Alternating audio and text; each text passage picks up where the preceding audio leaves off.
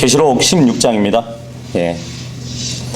우리가 저번 주에도 이제 계시록 16장을 봤는데, 금 호리병 재앙을 보게 됐죠. 그러니까 저번 주에는 세 번째 금 호리병 재앙까지 봤는데, 첫 번째 호리병 재앙은 짐승의 표를 받은 사람들, 그리고 그 짐승의 우상에게 경배하는 자들에게 고약하고 독한 헌대가 나는 재앙임을 보았습니다. 계시록에 보면은 이젠 일곱 인 그리고 일곱 나팔의 재앙을 통해서 사람들에게 충분히 회개할 기회를 주님이 주셨음에도 불구하고 정말 회개하고 하나님을 섬기기를 거부하는, 그리고 짐승을 경배하면서 그 짐승의 표를 받는 자들에게 첫 번째 진노의 호리병이 쏟아진 것을 우리가 봤습니다. 그리고 두 번째 호리병 재앙은 바다 전체가 피같이 변화해가지고 그 가운데 살아가는 모든 혼들이 죽는 재앙이었죠. 그래서 나팔의 재앙 때 같은 경우는 바다의 3분의 1이 피로 변하는 재앙이었다면, 이번에 호리병 재앙 같은 경우는 바다 전체가 피로 변하는 그 재앙이었다는 것을 우리가 봤습니다. 그래서 적당히 징계하실 때 회개하지 않으면 결국에는 돌이킬 수 없는 그러한 재앙을 만난다는 것을 성경은 말씀해 주고 있는 것이에요. 그리고 세 번째 호리병 재앙은 강과 물 근원이 피로 변하는 재앙이었죠. 그래서 성도들의 피를 흘린 자들에게 피를 마시게 하는 주님의 그 보응의 재앙을 우리가 보았습니다. 그래서 오늘 16장 8절부터는 네 번째 천사가 호리병을 붓는 일부터 보도록 하겠습니다. 계시록 16장 8절 보시면, 다음으로 넷째 천사가 그의 호리병을 해 위에 쏟아 부었더라. 그리고 사람들을 불로 태우는 권능이 그에게 주어졌더라. 그러자 사람들이 엄청난 열기로 태워졌고, 이런 재앙들에 대한 권능을 가지신 하나님의 이름을 오독하였더라. 그리고 그들은 회개하지 아니하였으며 그분께 영광을 돌리지 아니하였더라. 넷째 천사 호리병 재앙은 넷째 나팔의 재앙과 같기도 해요. 비슷한데, 왜냐하면 태양과 관계된 것이었거든요. 계시록 7장 16절에도 보면 네 번째 나팔 재앙 때 태양과 관련되어서 재앙이 있었습니다. 근데 넷째 나팔은 태양의 3분의 1이 어두워지는 재앙이었어요. 오늘 본 넷째 호리병의 재앙에서는 그 태양이 뜨거워져 가지고 사람들을 태우는 것이었습니다. 대언자 요나를 보면 니느웨 땅에 회개하라고 전파하라고 주님이 보내셨는데, 그 명령을 어기고 다시스로 향하다가 주님께 붙들렸던 적이 있었죠. 근데 요나는 이제 니느웨 땅의 사람들이 왜 회개하지 않을 것이라고 생각을 하고 멀찌감치해서 이렇게 지켜보고 있었어요. 그때 이제 해가 중천에 떴는데 주님이 요나 머리 위에 그늘을 질 수 있게 박넝쿨을 이렇게 만들어 주셨죠. 그런데 대언자 요나 위를 덮고 있던 그 박넝쿨이 시들었을 때 머리 위에 이제 해가 직접적으로 내리쬐니까 이 요나가 기진해가지고 스스로 죽기를 바라기도 했었습니다. 그런데 지금 본문에 보니까 앞서 우리가 재앙들을 봤을 때 주님은 해가 뜨거워지기 전에 물부터 마시지 못하도록 모든 물들을 피로 만드셨다는 것이에요. 그러니까 사람들은 이미 갈증으로 죽을 것 같은데 해까지 뜨거워진 것이에요. 거기에다가 짐승을 따랐던 그 사람들의 몸에 헌대가 생겼잖아요. 뜨거운 태양에 직접적으로 노출된다면 더욱더 고통이었을 것입니다. 마태복음 13장 6절에 보면 주님은 해는 뿌리를 태워서 시들게 한다고 기록이 되어 있습니다. 그 정도로 뜨거운 태양인데, 그거보다 몇 배로 뜨거워진 태양이 사람들을 태우고 있는 그 모습을 지금 보고 있는 것이에요. 그래서 대환란 때에는 해가 몇 배로 뜨거워질 겁니다. 사람들은 이 태양이 내뿜는 그 광선에 불에 타 죽으면서도 그런 재앙을 주시는 하나님의 이름을 모독한대요. 회개치 않고 하나님께 영광을 돌리지 않는다고 말씀해 주고 있습니다. 정말 완악한 영을 가진 그 죄인들은 재앙을 당하면서까지 그 재앙을 내리신 하나님의 존재를 깨닫지 못하는 것이에요. 그래서 이들은 회개하지 않고 더욱 하나님을 원망하다가 영원한 지옥불에 들어가게 되는 것이에요. 이사야서 보면 이제 이사야 대언자가 이때를 또 예언하는 말씀이 있는데, 이사야서 24장 6절에 보면 이런 말씀이 있습니다. 그러므로 저주가 땅을 집어삼켰고 그 안에 거하는 자들이 처량하도다. 그러므로 땅의 거주자들이 불타서 남은 자들이 거의 없도다. 예. 이 호리병 재앙은 하나님이 심판하시는 저주예요. 저주인데 땅을 집어삼킬 정도로 뜨거운 저주의 심판이 내려졌는데 그 사람들을 보니까 너무 처량하게 보인다는 것이죠. 근데 그 땅에 거주하는 그 사람들이 불에 타가지고 남은 자들조차도 거의 없다고 예언을 하고 있습니다. 보통 이젠 하늘의 해를 가리켜서 또 주님을 상징하기도 하죠. 그래서 보통 성경에 보면은 해를 의의 해라고 말씀을 하면서 예수 그리스도를 가리키는 그 상징으로 기록이 되어 있습니다. 근데 사탄은 따라쟁이잖아요. 그 사탄도 해가 되고 싶어 해요. 그래서 루시퍼는 빛의 전달자라는 뜻을 갖고 있거든요. 이름에. 타락한 그룹이 루시퍼를 상징하는 대표적인 것이 우리는 별이라고 알고 있지만 사실 태양입니다. 창세기 1장 15절에 보면 주님이 하늘의 궁창에 빛을 놓으시고 땅 위에 빛을 주라고 이렇게 명령을 하시는 말씀을 볼 수 있습니다. 빛을 주라, 이것은 사탄의 이름과 마찬가지로 빛의 전달자 역할을 하라는 얘기거든요. 그래서 사람들은 이 태양신을 섬기는데 결국은 루시퍼를 신으로 섬기고 있다는 것이에요. 태양으로 상징되는 루시퍼를 신으로 섬기고 있는 이 짐승의 세력들은 이집트 신화에서 태양의 아들로 묘사되고 있는 그 호루스를 장차 세상을 구원하기 위해서 찾아올 구세주라고 믿고 있습니다. 그런 믿음을 표현한 것이 1달러 지폐에 새겨놓은 그 호루스의 눈이라고 보시면 되겠죠. 그 피라미드 꼭대기에 빛을 발하고 있는 호루스의 눈인 것이에요. 이집트 사람들은 이 파라오 왕을 호루스의 현현이라고 이렇게 믿고 따랐습니다. 그래서 앞으로 이 땅에 적그리스도의 왕국이 세워지면 그리스도인들은 이미 지상에 없으니까 남아있는 모든 사람이 이 짐승을 태양의 아들 호루스로 섬기게 될 것이고 또 따르게 될 것이라는 것을 우리는 잘 알고 있는 것이에요. 그래서 하나님이 내리신 네 번째 호리병 재앙이 바로 태양을 신처럼 섬기는 그 자들에게 태양을 통해서 내리신 심판이라는 것입니다. 예수님을 묘사하는 그 태양이 심판을 내리신다는 것이에요. 그래서 창조주 하나님을 부인하고 피조물인 그 태양과 루시퍼를 신처럼 섬기는 자들을 태양을 통해서 심판하셔가지고 저들의 믿음이 얼마나 어리석고 허망한 것인지를 보여주실 것입니다. 본문 와서 계시록 16장 10절하고 11절 보시면 다음으로 다섯째 천사가 그의 호리병을 그 짐승의 자리 위에 쏟아 부었더라. 그러자 그의 왕국이 어둠으로 가득하였더라. 그리고 그들은 아픔으로 인하여 자신들의 혀를 깨물었고 자신들의 아픔들과 자신들의 헌대들로 인하여 하늘의 하나님을 모독하였으며 자신들의 행실들을 회개하지 아니하였더라. 예. 이 다섯 번째 천사의 호리병은 짐승의 자리, 그러니까 적그리스도의 본부에 쏟아졌다는 말씀을 해주고 있는 것이에요. 이집트 땅 위에 주님은 아홉 번째 재앙을 주셨는데 그 재앙이 바로 흑암 재앙이었거든요. 출애굽기 10장 21절에 보면. 그래서 그의 왕국이 어두워지고 사람들이 너무 아파서 자기 혀를 깨물기도 하고 아픈 헌대로 인해 가지고 하늘의 하나님을 모독한다고 지금 말씀해 주고 있는데 결국 회개하지 않고 그들은 그렇게 죽어갔던 것이에요. 그래서 그들은 아파서 혀를 깨물 지경이 될지라도 회개하지 않았던 것입니다. 짐승의 표를 받고 짐승의 하수인이 되어서 성도들을 핍박하는 그 삶을 살았던 그들은 자신들의 근거지에 내린 하나님의 극렬한 그 진노의 재앙을 당하고도 회개할 수 없는 불행한 자들이었던 것이에요.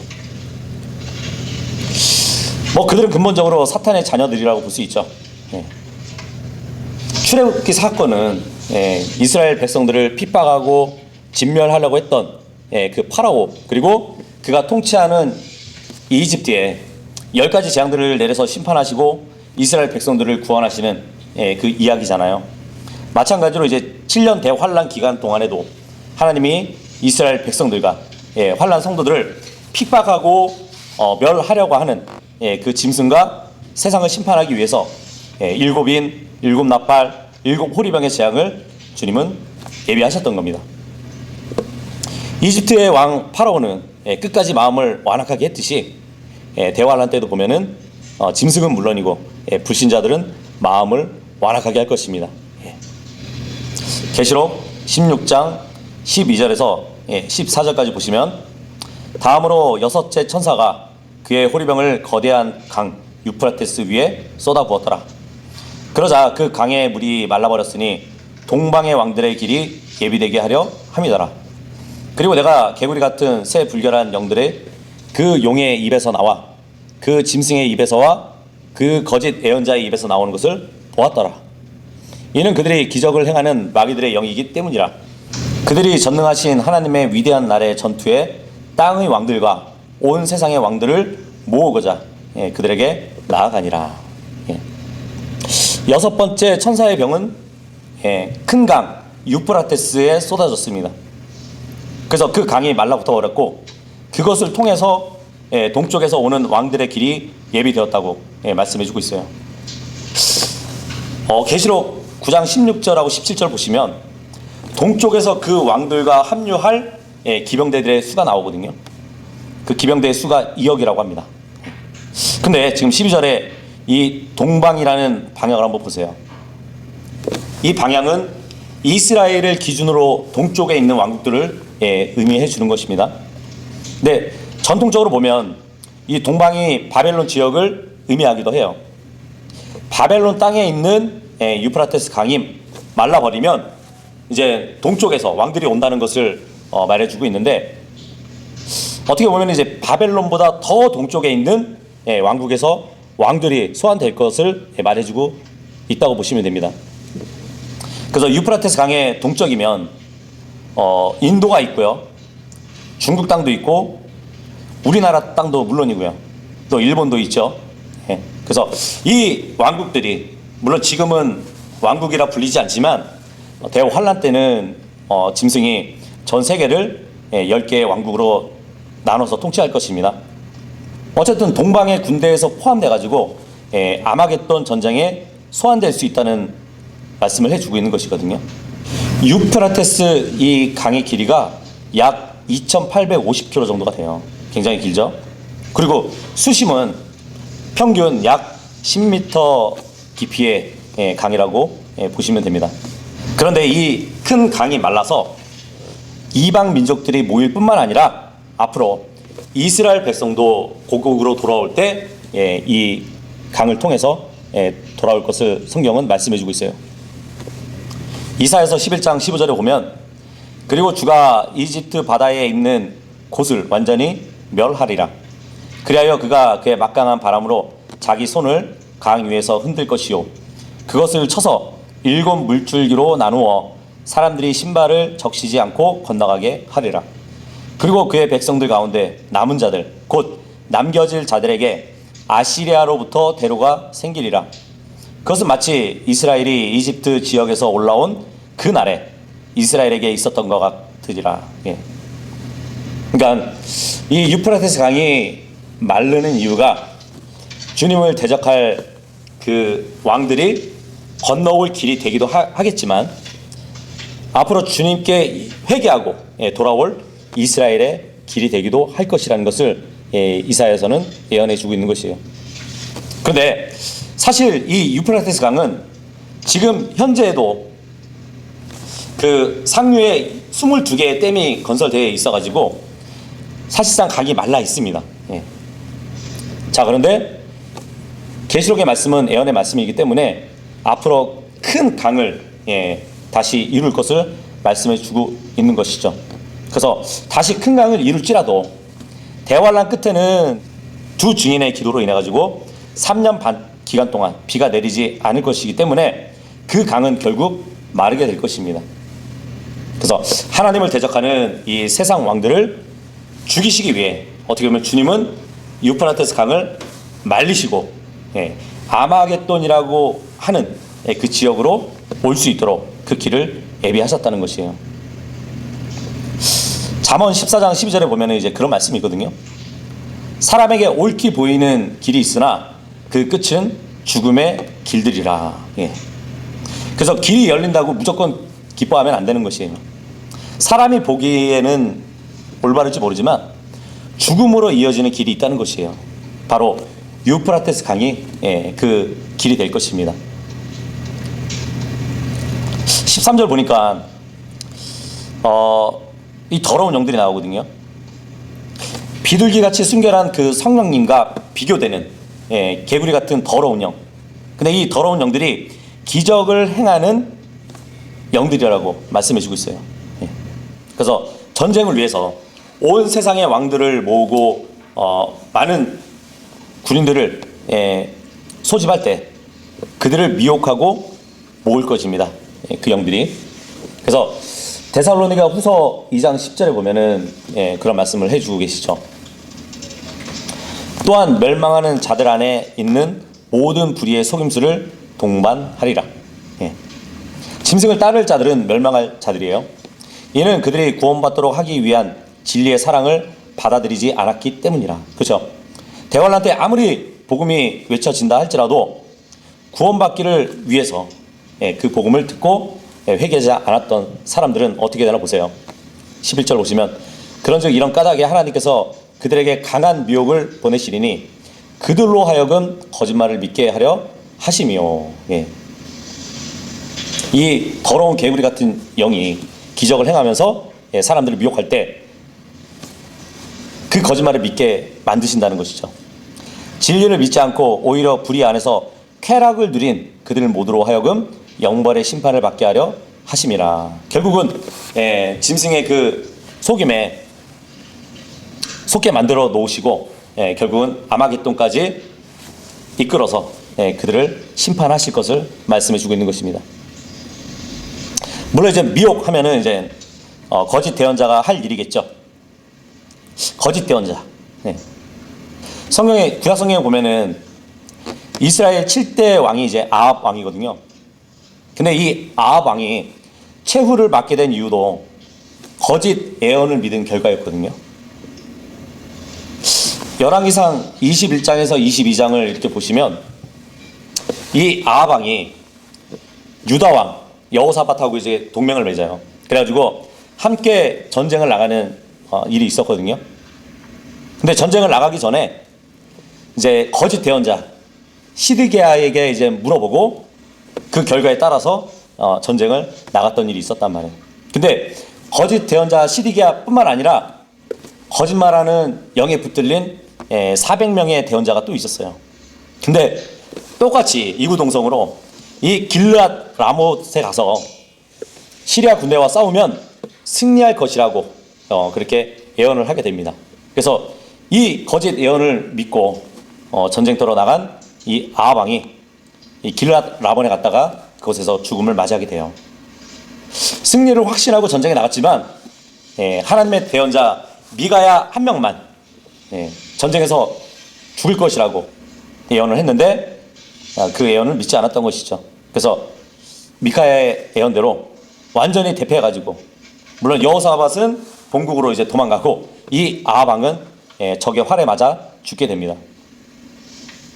하나님은 죄인들을 심판하실 때 먼저 그의 판단을 흐려지게 하시거든요.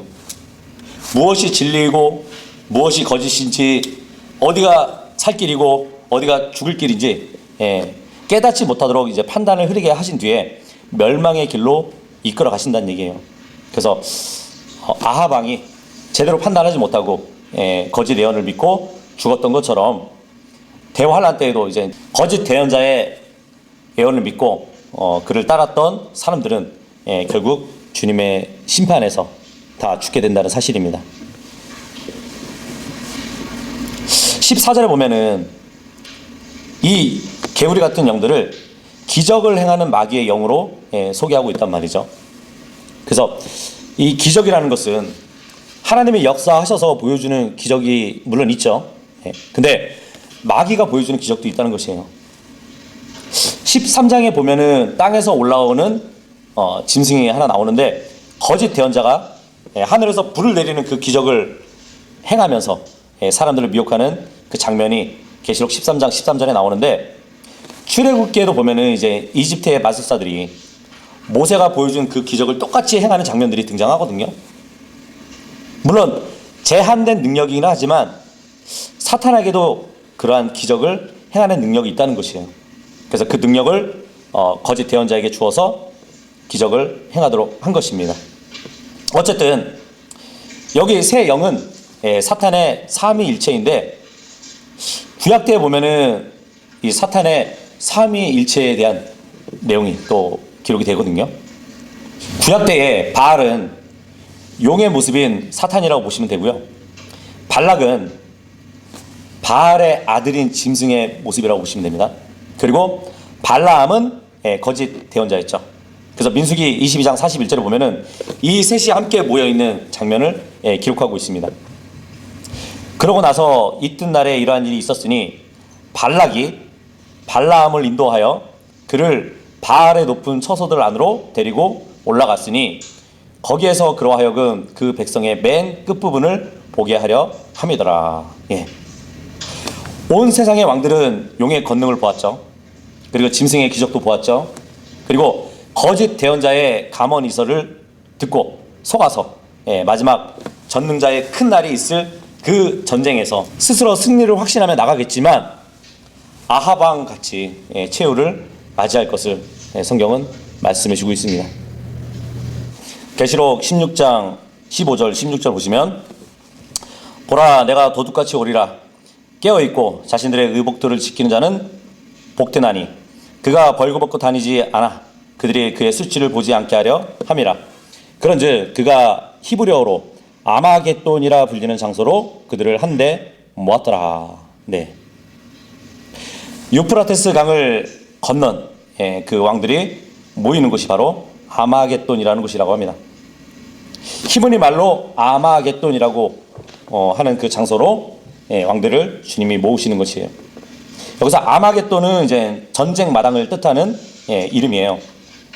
그리고 이 아마겟돈은 이 메기도산이라고 불리는데 무리들의 장소라는 뜻이 있습니다. 그래서 메기도 지역에는 기송강이 흐르고 이스라엘 평화가 이렇게 펼쳐져 있는 지역이에요. 근데 이 지역은 엘리야가 주님의 권능을 힘입어 가지고 아합 왕의 마차를 인도하면서 갈멜 산에서 이스라엘에 이르기까지 달려간 것으로 유명하죠. 그리고 이 메기도는 교통과 무역의 중심지로 전쟁이 굉장히 많았어요.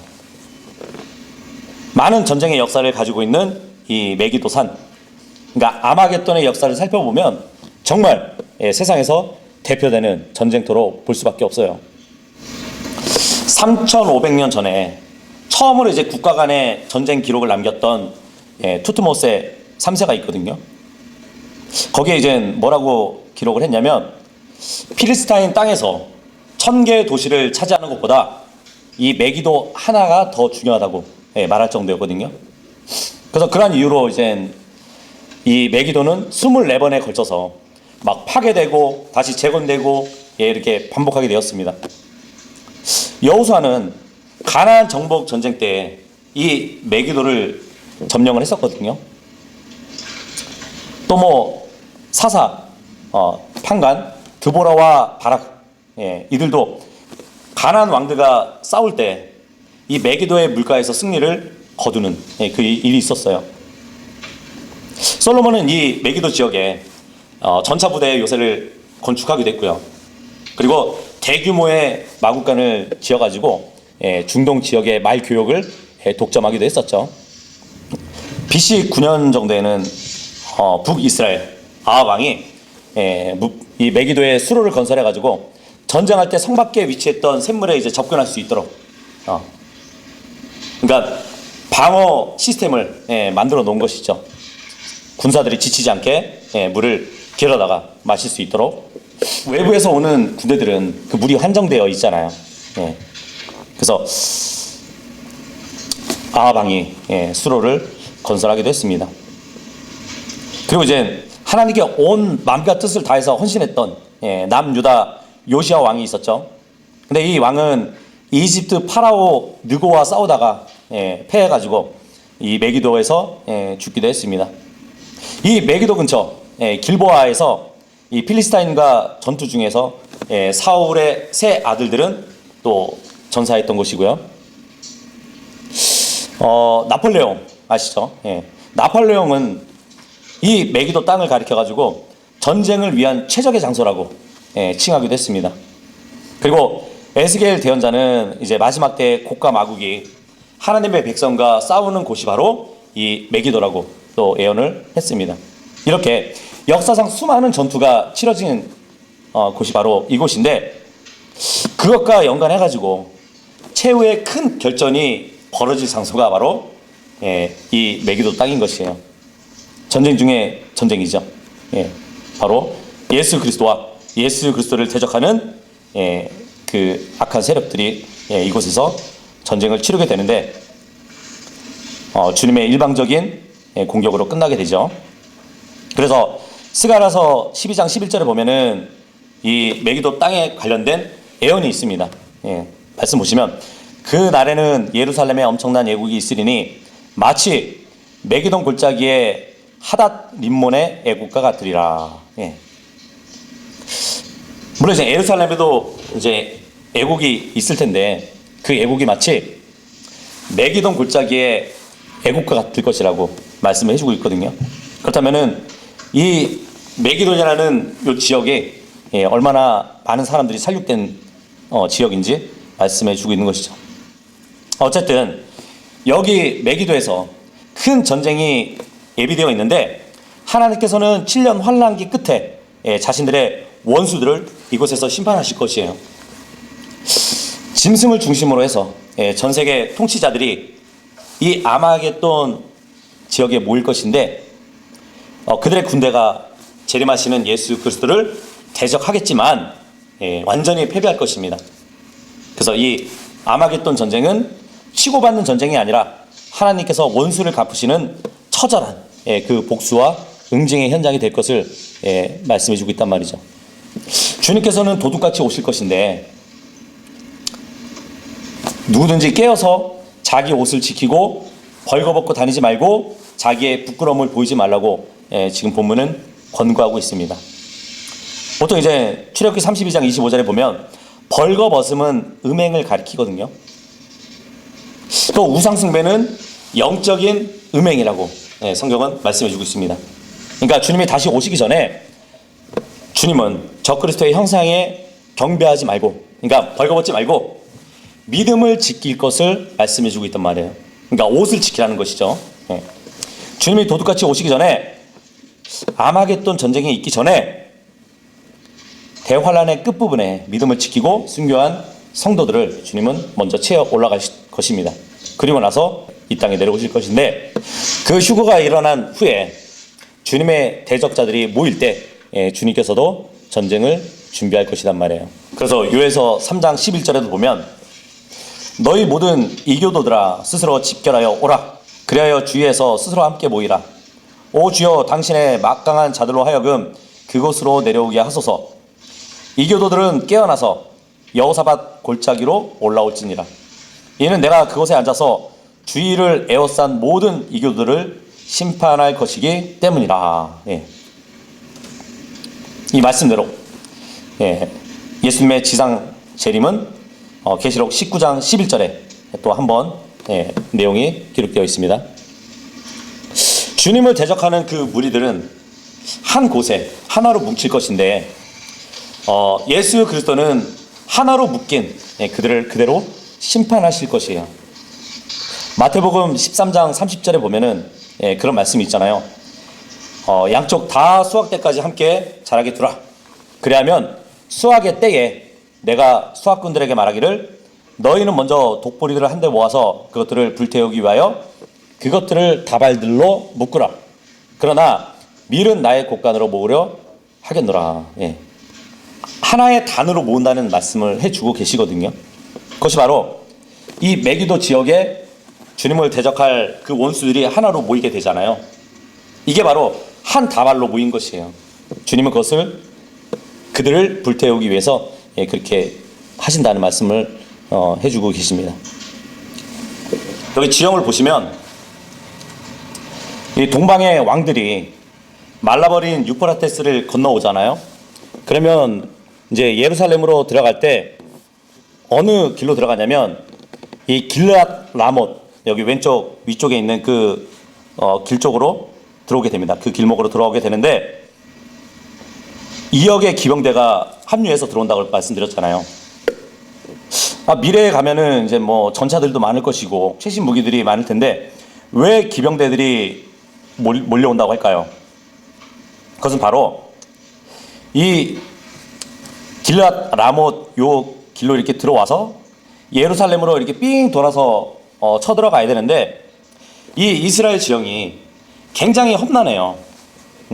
그래서 어떠한 전차나 이런 것들이 다니기가 힘들고 말을 이용해서 갈 수 있는 그 지형이란 말이죠. 그런데 주님은 이 동방의 왕들이 예루살렘까지 갈 수 없도록 이 아마겟돈이라는 지역에서 끝장을 내버리시는 것이에요. 그렇게 보시면 될 것 같습니다. 그러니까 엄청난 큰 전쟁이 이루어지게 되는 것이고, 그렇게 되면은 여기 이제 예루살렘이라고 써 있는 그 땅에 올리브산이 이제 반으로 나눠지면서 아마겟돈에서 죽은 그 사람들의 피가 마일 굴레까지 이렇게 높이 차오르면 그 계곡을 따라서 홍해까지 이른다고 저번 주에 말씀드렸었죠. 본문 16장 17절에서 20절까지 보시면 다음으로 일곱째 천사가 그의 호리병을 대기 중에 쏟아부었더라. 그러자 하늘의 성전에서 커다란 음성이 그 보좌로부터 나왔으니 말씀하시기를 다 이루어졌도다 하셨느니라. 그러자 음성들과 천둥들과 번개들이 있었더라.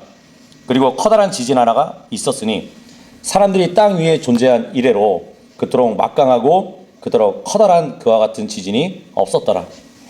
그리고 그 거대한 도시가 세 부분으로 나뉘었고 민족들의 도시들이 무너졌도다. 그리고 거대한 바벨론이 하나님 앞에서 기억되었으니 그녀에게 그분의 진노의 맹렬함의 포도주 잔을 주기 위함이라.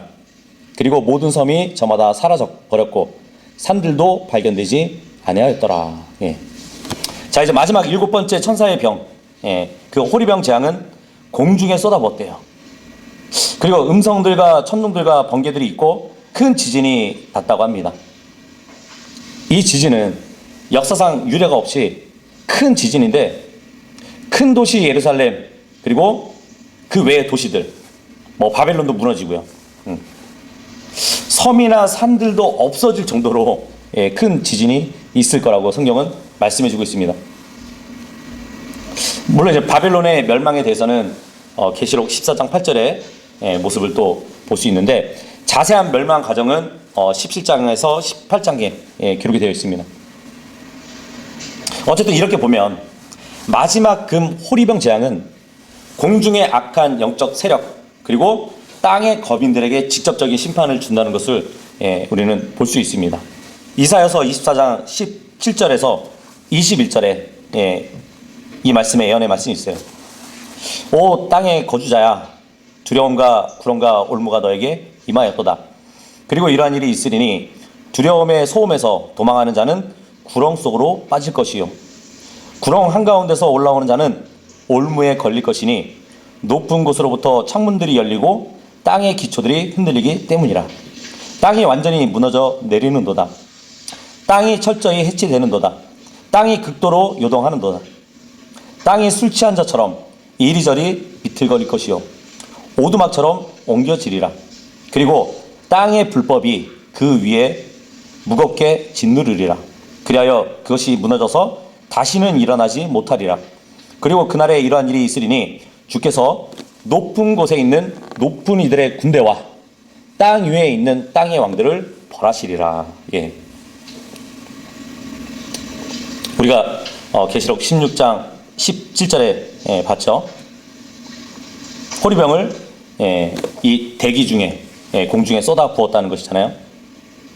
공중의 악한 세력에게 재앙을 주시고 커다란 지진으로 인해 가지고 땅의 도시들을 무너뜨리는 그러한 일이 있을 거라는 것을 보여준단 말이죠. 그래서 이 큰 지진은 악한 자들의 심판을 위하기도 하는 것이지만 그 지진으로 인해서 이제 팔레스타인의 지형이 완전히 바뀔 것을 또 말씀해 주고 있거든요. 이사야서 40장 3절에 보면은 이런 말씀이 있잖아요. 광야 가운데서 외치는 자의 음성이 있어 이같이 말하는도다. 너희는 주의 길을 예비하라. 사막 가운데서 우리 하나님을 위해 대로를 곧게 하라. 모든 골짜기마다 크게 높여질 것이요 모든 산과 언덕마다 낮춰지리라. 또 구부러진 곳이 곧게 될 것이요 거친 곳들이 평탄하게 되리라.